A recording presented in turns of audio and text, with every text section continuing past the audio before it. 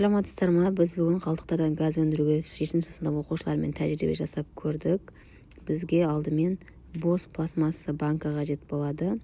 Банкымыздың қақпағын алдын ала дәл ортасынан тесіп алдық. Және оған медициналық системаны пайдаланатын боламыз. Системамыз мықтырақ тұру үшін оның ішін және сыртын ыстық клеймен жақсылап желімдеп аламыз.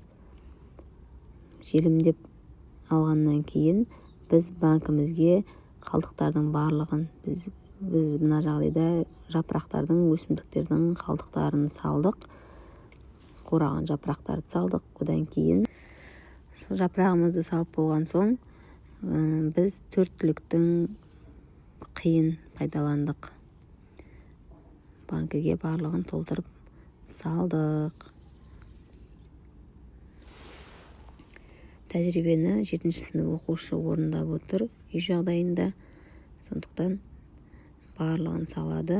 Одан кейін біз жұмысымызды тездету үшін кәдімгі нан ашытатын ашытқыны қолдандық. Содан бір қасығын салдық және оны сумен толтыратын боламыз.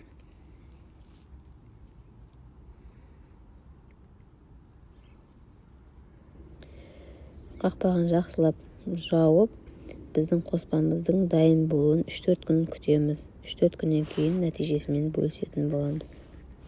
Назарларыңызға рахмет.